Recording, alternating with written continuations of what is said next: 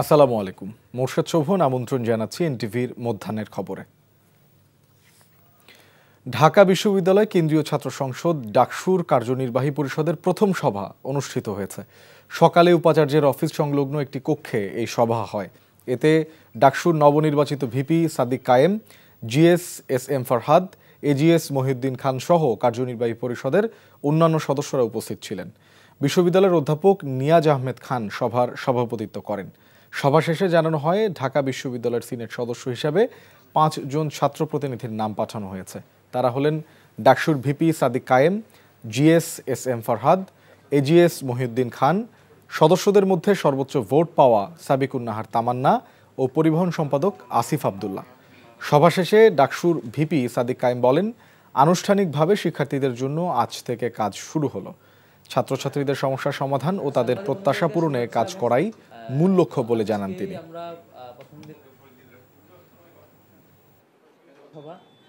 আপনারা জানেন ডাকসু নির্বাচন ফলাফল ঘোষণা ঢাকা বিশ্ববিদ্যালয়ের 40,000 শিক্ষার্থী তাদের ব্যক্তিগত সমস্যা, পারিবারিক সমস্যা, তাদের একাডেমিক সমস্যা, ক্যাম্পাসের বাইরে যে কোনো সমস্যা, ক্যাম্পাসে তার একজন আপন বড় ভাই থাকলে অথবা তার ছোট ভাই থাকলে, বোন থাকলে যেভাবে সে শেয়ার করে, তারা যেন আমাদের সাথে শেয়ার করে এবং আমরা প্রত্যেকটা প্রবলেম আমরা অ্যাড্রেস করতে চাই। ঢাকা বিশ্ববিদ্যালয়ের পর জাহাঙ্গীরনগর বিশ্ববিদ্যালয় কেন্দ্রীয় শিক্ষার্থী সংসদ ডাকসু নির্বাচনেও ভূমিধস বিজয় পেয়েছে ইসলামী ছাত্র শিবির নেতৃত্বাধীন সমন্বিত শিক্ষার্থী জোট। জিএস, এজিএস সহ ডাকসুর 25 পদের 20টিতেই বিজয়ী হয়েছেন ছাত্র শিবির সমর্থিত প্রার্থীরা।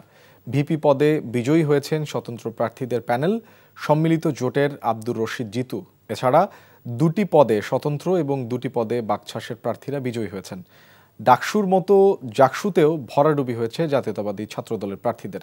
সবাইকে নিয়ে স্বপ্নের ক্যাম্পাস গড়ার অঙ্গীকার করেছেন জাকসুর নবনির্বাচিত নেতারা। রিপোর্ট করেছেন ফাহাদ মোহাম্মদ। দীর্ঘ 40 ঘন্টার অপেক্ষার অবসান, নানা আলোচনা সমালোচনার পর জাকসু নির্বাচনের ফল প্রকাশ করেছে বিশ্ববিদ্যালয় নির্বাচন কমিশন। ডাকসুর পর জাকসুতেও বাজিমাত ইসলামী ছাত্র শিবির নেতৃত্বাধীন সমন্বিত শিক্ষার্থী জোটের। ভিপি ছাড়া জিএস, এজিএস সহ জাকসুর 25 পদের 20টি বাগিয়ে নিয়েছে ছাত্র শিবির সমর্থিত প্রার্থীরা। 3,334 ভোট পেয়ে ভিপি নির্বাচিত হয়েছেন স্বতন্ত্র প্রার্থীদের প্যানেল, সম্মিলিত জোটের আব্দুর রশিদ জিতু।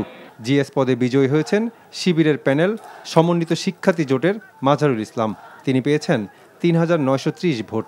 এজিএস পুরুষ পদে শিবিরের ফেরদৌস আল হাসান ও এজিএস মহিলা পদে শিবিরের আয়েশা সিদ্দিকা মেঘলা বিজয়ী হয়েছেন। সাধারণ সম্পাদক সর্বোচ্চ ভোট পেয়েছেন জনাব মোহাম্মদ মাজারুল ইসলাম।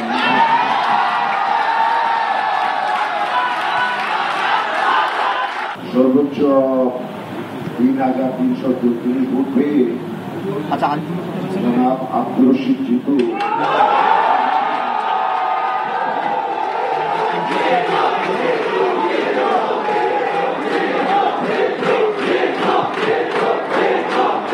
কেন্দ্রীয় কমিটির 25টি পদের বিপরীতে 20টি পদে শিবিরের প্যানেল থেকে প্রার্থীরা বিজয়ী হয়েছেন। সহসভাপতি, সাংস্কৃতিক সম্পাদক ও ক্রীড়া সম্পাদক পদে স্বতন্ত্র প্রার্থীরা এবং সমাজসেবা ও মানব সম্পদ উন্নয়ন বিষয়ক সম্পাদক এবং একটি কার্যকরী সদস্য পদে গণতান্ত্রিক ছাত্র সংসদ বাকছাসের প্রার্থীরা বিজয়ী হয়েছেন।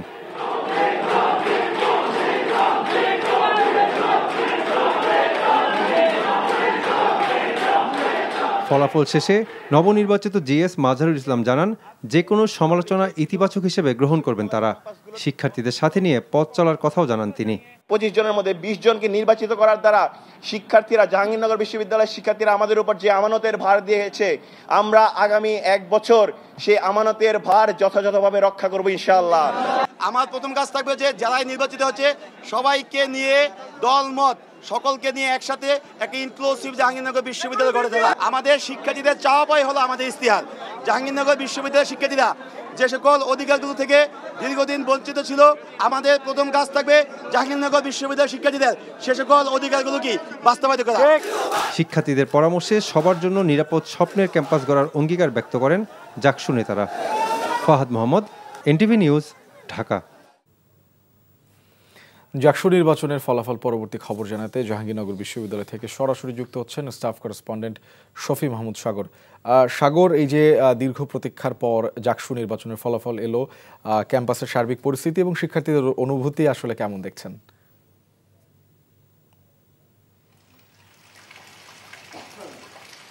শোভন, যদি আজকের ক্যাম্পাসের কথা বলি তাহলে বলতে হয় যে গত 3 দিন ক্যাম্পাসের যে পরিবেশ বা যে আবহাওয়া ছিল আজকে ঠিক তার বিপরীত।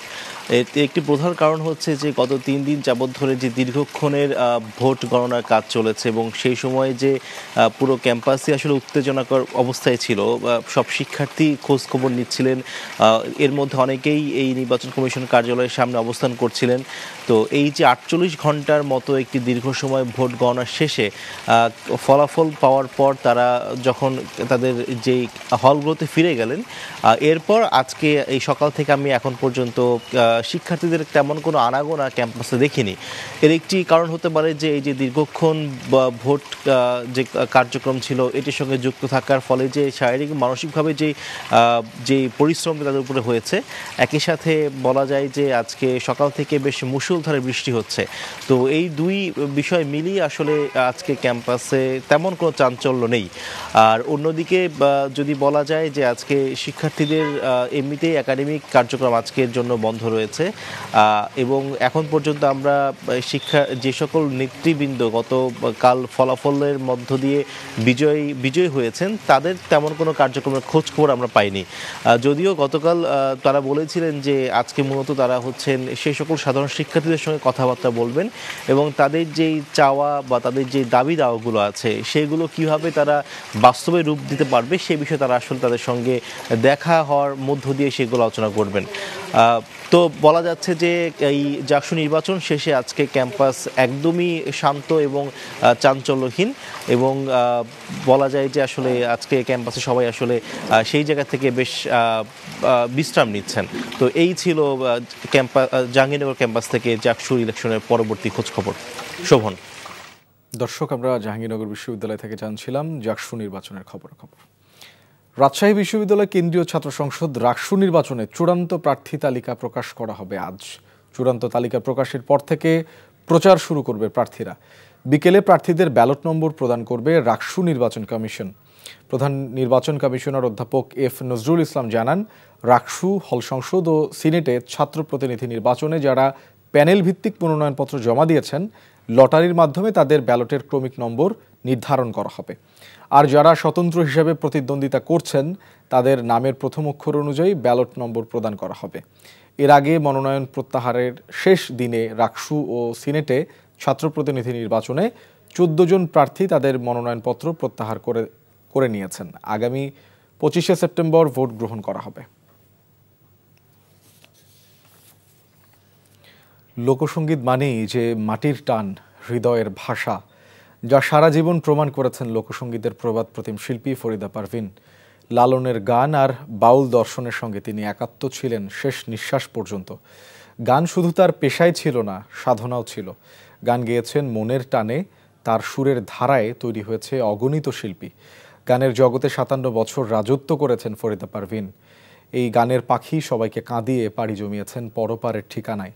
দুঃখী মানুষের মনোবেদনা দূর হতো যার গানে, সেই শিল্পীর গানের জগতে কিছু অংশ তুলে ধরেছেন সাদরিনা খন্দকার। ও পাখি রে, আই দেখে যা কেমন আছি। পাখি উড়ে গেছে, সাড়া দিয়েছেন ওপারের ডাকে। থেমে গিয়েছে সুরের মধুময় ধারাপাত, কিন্তু রেখে গেছেন সুরের অফুরন্ত ভাণ্ডার।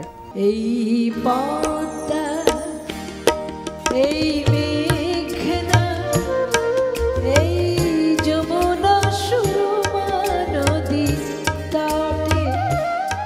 ফরিদা পারভিন মানেই ছিল লালন গীতির নিমগ্ন এক মহাসাধক, যেখানে ছিল না কোনো মাত্রা। তার কণ্ঠে ভেসে উঠেছিল বাংলার মাটি মানুষের জীবনবোধ, ইতিহাস আর দর্শন। তার হাত ধরে আন্তর্জাতিক মঞ্চে পরিচিতি পেয়েছে লালন গীতি। সর্বসাধন সিদ্ধ হয় তার মানুষ গুরু, নিষ্ঠা যার ভাবে মানুষ গুরু।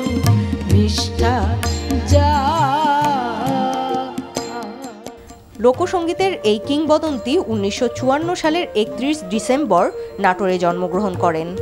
1968 সালে রাজশাহী বেতারে নজরুল সঙ্গীত দিয়ে পেশাদার গানের জগতে পা রাখেন ফরিদা পারভীন। পরে সাধক মোকসেদ আলী শাহের শিষ্য হয়ে লালন গীতিকে করে তুললেন জীবনের অবিচ্ছেদ্য অংশ, হয়ে উঠলেন লালন সঙ্গীতের চিরন্তন মুখ। আপন ঘরের খবর নে না, আপন ঘরের খবর নে না। 21 পদক, জাতীয় চলচ্চিত্র পুরস্কার, ফুকুওয়াকা এশিয়ান কালচার অ্যাওয়ার্ড সহ পেয়েছিলেন জাতীয় ও আন্তর্জাতিক পর্যায়ে অসংখ্য সম্মাননা। এসব খ্যাতির বাইরে প্রান্তিক মানুষের মুখে মুখে ফেরে ফরিদা পারভীনের সুর। মনের গহীন থেকে বের হয়ে আসা সুরের লহরে মানুষ খোঁজে বেদনার রং।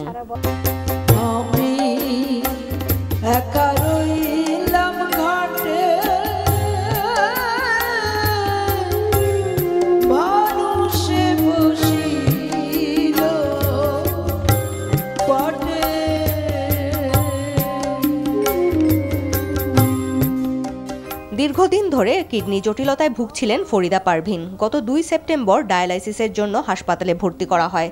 পরে শারীরিক অবস্থার অবনতি ঘটলে নেওয়া হয় আইসিইউতে।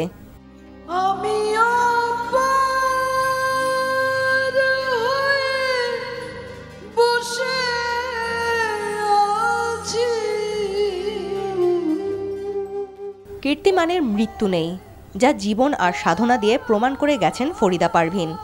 তার রেখে যাওয়া সুর অনন্তকাল প্রতিধ্বনিত হবে বাংলার মাটিতে। সুরের অনুরণনে বেঁচে থাকবেন সবার প্রিয় ফরিদা পারভীন।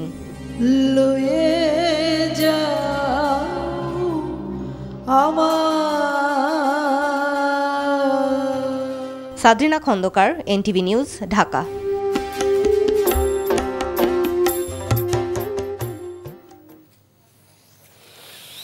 এদিকে চট্টগ্রাম বিশ্ববিদ্যালয় কেন্দ্রীয় ছাত্র সংসদ চাকসু নির্বাচনের মনোনয়নপত্র বিতরণ শুরু হয়েছে।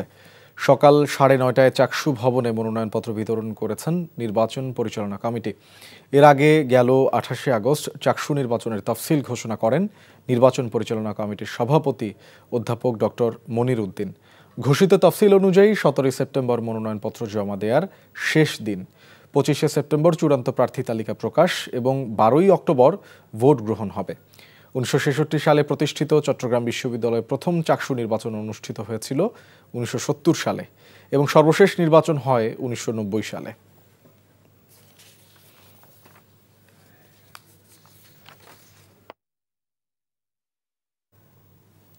দর্শক, চট্টগ্রাম বিশ্ববিদ্যালয়ে আছেন আমাদের স্পেশাল করেসপন্ডেন্ট শামসুল হক হায়দরি। হায়দরি, চাকসু নির্বাচনের মনোনয়নপত্র বিতরণ তো শুরু হয়েছে, সর্বশেষ কি তথ্য রয়েছে আপনার কাছে?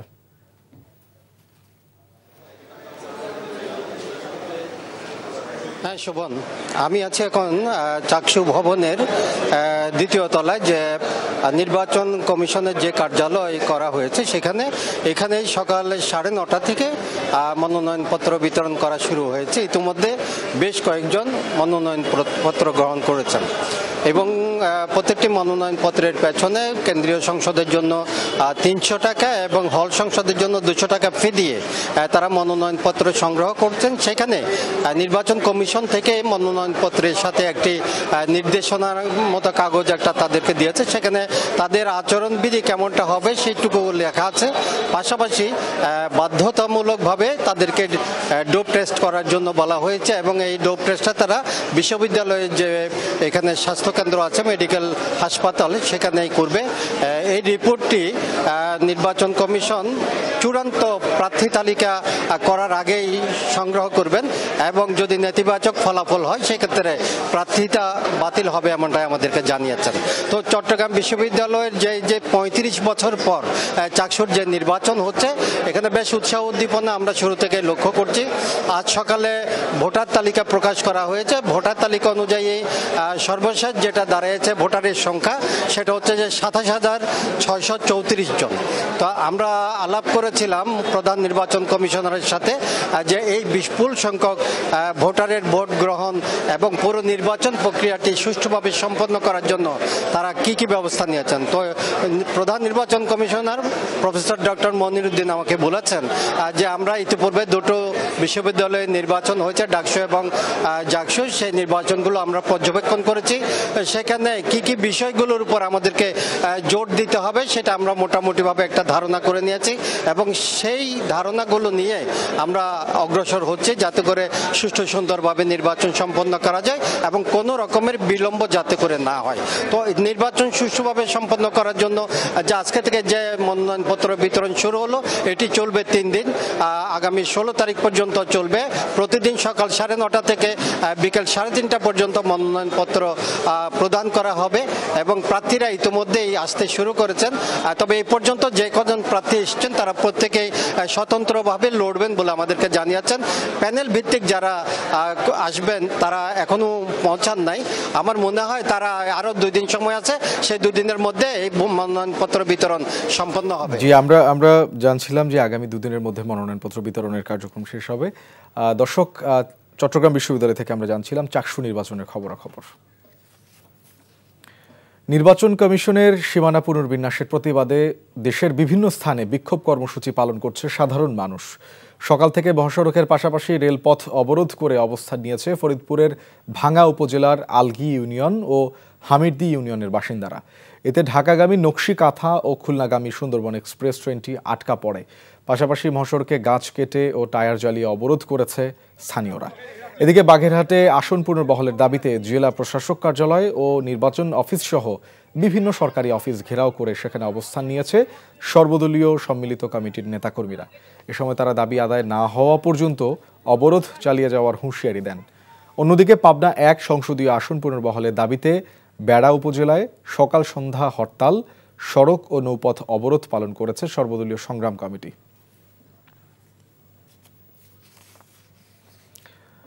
দর্শক, আমরা আন্তর্জাতিক অপরাধ ট্রাইব্যুনালে যাব। আন্তর্জাতিক অপরাধ ট্রাইব্যুনালে আছেন আমাদের স্পেশাল করেসপন্ডেন্ট হাসান জাবেদ। আমরা সরাসরি যুক্ত হচ্ছি তার সাথে। জাবেদ, ট্রাইব্যুনালের কি খবর আছে আপনার কাছে?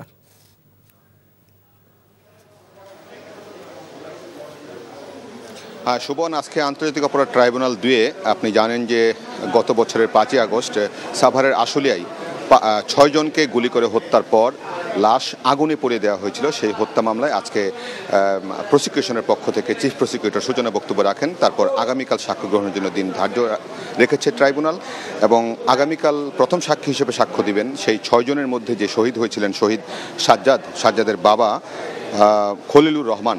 আর আজকে এই মুহূর্তে ট্রাইব্যুনাল 2-এ আবু সাইদ হত্যা মামলায় 5ম সাক্ষী সাক্ষ্য দিচ্ছেন। এছাড়া আজকে সূচনা বক্তব্যের শেষ মুহূর্তে এসে ট্রাইব্যুনালের চেয়ারম্যান বিচারপতি নজরুল ইসলাম চৌধুরী তিনি একটি প্রশ্ন করেন প্রসিকিউশনকে যে ট্রাইব্যুনালে কি ডিফেন্স সার্ভিসে যারা কর্মরত তাদের বিচার করা যাবে কিনা। তিনি বলেছেন যে তাদের একটি রায়ে এই বিষয়ে তারা স্পষ্ট করবেন। তখন চিফ প্রসিকিউটর বলেছেন আন্তর্জাতিক অপরাধ ট্রাইব্যুনাল আইনে আপনার individual, group of individual, any disciplinary force, auxiliary force অর্থাৎ আর্মি, নেভি, পুলিশ মানে যে কোনো বাহিনী হোক না কেন তারা যদি মানবতা বিরোধী অপরাধের সাথে সম্পৃক্ত থাকে তাহলে আন্তর্জাতিক অপরাধ ট্রাইব্যুনালের আইন অনুযায়ী তাদের বিচার করা যাবে। এ নিয়ে নতুন করে কোনো প্রশ্নের করার সুযোগ নেই, যেটা ট্রাইব্যুনালের আইনে দেওয়া আছে এই জিনিসটি তিনি বলেছেন। আর আজকে হাসানুল হক ইনো জাসদের যে সভাপতি ওনাকে আনা হয়েছিল ওনার একটি মামলা কুষ্টিয়ার হত্যা মামলায়, সেটার আজকে প্রসিকিউশনের পক্ষ থেকে বলা হয়েছে যে আগামী 28, 9, 25 তারিখে তারা আনুষ্ঠানিক অভিযোগপত্র তার বিরুদ্ধে দিবে ওই মামলায়। এছাড়া বিএনপি নেতা ইলিয়াস আলী যে গুম হয়েছিলেন সেই গুমের মামলায় বরখাস্তকৃত সাবেক সেনা কর্মকর্তা জিয়াউল আহসানকে জিজ্ঞাসাবাদের জন্য অনুমতি দিয়েছে ট্রাইব্যুনাল। তো এই হচ্ছে আন্তর্জাতিক অপরাধ ট্রাইব্যুনালের সর্বশেষ চিত্র। শোভন। দর্শক, আমরা জানছিলাম আন্তর্জাতিক ট্রাইব্যুনালের খবরাখবর। এই ছিল মধ্যাহ্নের খবরে। এই খবরে ভিডিও সহ আপডেট জানতে ভিজিট করুন এনটিভি অনলাইন www.ntvbd.com। সবাইকে ধন্যবাদ।